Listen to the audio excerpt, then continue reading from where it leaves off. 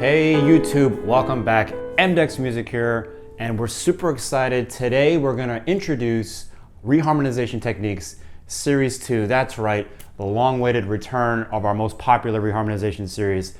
So speaking of, if you haven't checked that out, you definitely should, because what we plan to do with this second series is move at a much faster pace, and hopefully we'll be able to cover a lot more ground and do a lot more music, cover more than one song in the worlds of pop, R&B, jazz, whatever. So we're gonna cover a lot of ground really fast. So if you don't understand some of the techniques, definitely check out the first series that we put out there.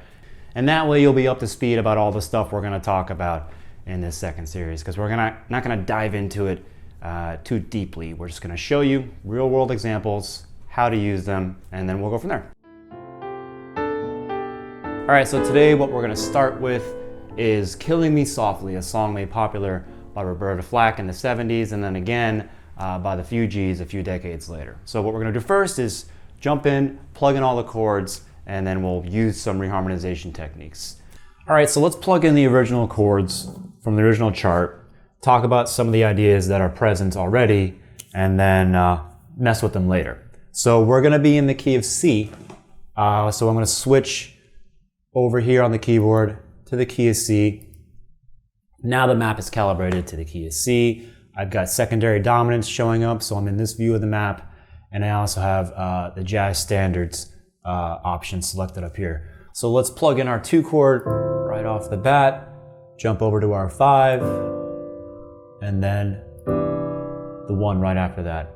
Progression you've seen 100 times and one we've talked about a bunch also. After that, we're gonna go to the 4 chord in the next measure. So our F major 7 over there. All right, on the next line, what we have is a 2, 5, 6. So let's plug that in. 2, 5, 6. But something really cool happens in this measure. We have to go back and throw in the 7 of 6, which is right down here, this G sharp diminished 7.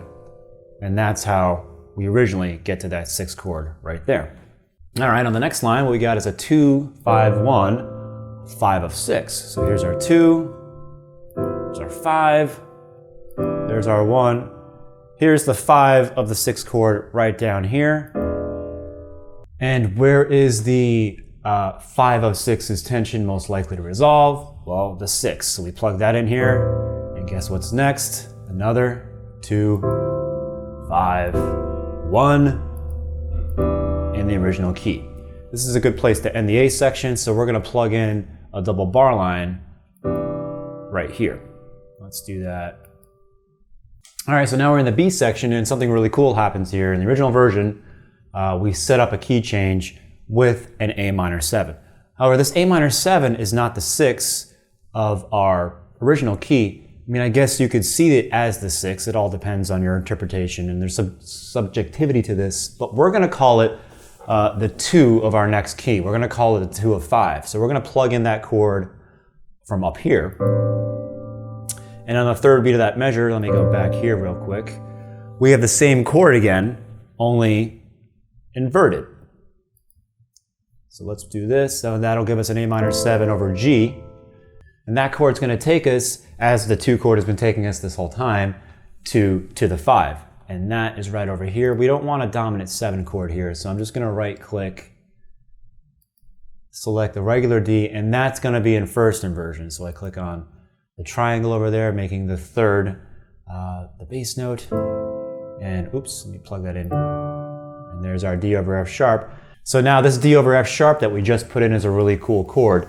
What it is a pivot chord. We're about to create a pivot chord modulation. So what that basically means is this chord functions in 2 different realms sort of simultaneously. It is the 5 of 5 of our original key, but it's about to become just the 5 of our next key. So what I'm gonna do to create this pivot chord modulation is click on this chord right here, make sure it's highlighted, and then change the key on the keyboard over here. So now I can see in bold, ignore all the circles. Those are basically functions from the previous key that we were working with. What we're looking at is this right here. I can see all the places, this bolded out D7 chord, all the places in our new map where D exists. All right? And this is the only place where D exists in our new key, and that is the 5 of G. So I'm going to right click on that because I need to remember to make this just a regular D chord. There it is. And I click on that, and boom, there's our pivot chord modulation. So you can see right here, it's functioning as the 5 of 5, and then also as the 5 of our next key. All right, so now we have our pivot chord modulation. Let's go ahead and plug in the 1 of our new key. Now the very next thing that happens after that is a really cool thing. We're going to use the flat 7 of our key, which is not super uncommon in popular music, but what is uncommon about this flat 7 is that it's not a dominant flat 7. It's a major flat 7. So I have to go into the drop-down menu of our flat 7, which is right over here in our dominant region of the map, and go with this Lydian-based F major 7. And that is our next chord. All right, our next line is just simply a 4, C major 7, that flat 7 again, and now we're going to go to a flat 3, which is in the tonic region down here. So now you're noticing maybe also that we're borrowing from minor. We did that with the flat 7 chord a second ago, and now we're doing it again with this flat 3.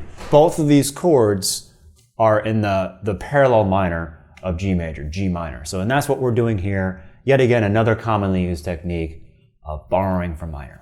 All right, all that's left to do is plug in our last 2 measures, and what happens here is a direct modulation, yet again, up a whole step from G to A. So I'm going to highlight that downbeat right there, switch the key on the keyboard over here, and plug in that A major 7. And like I said before, all I need are 2 measures, so I can end the piece with the double bar line right here. And there we go. There's the original chart all mapped out for us and ready for us to toy around with.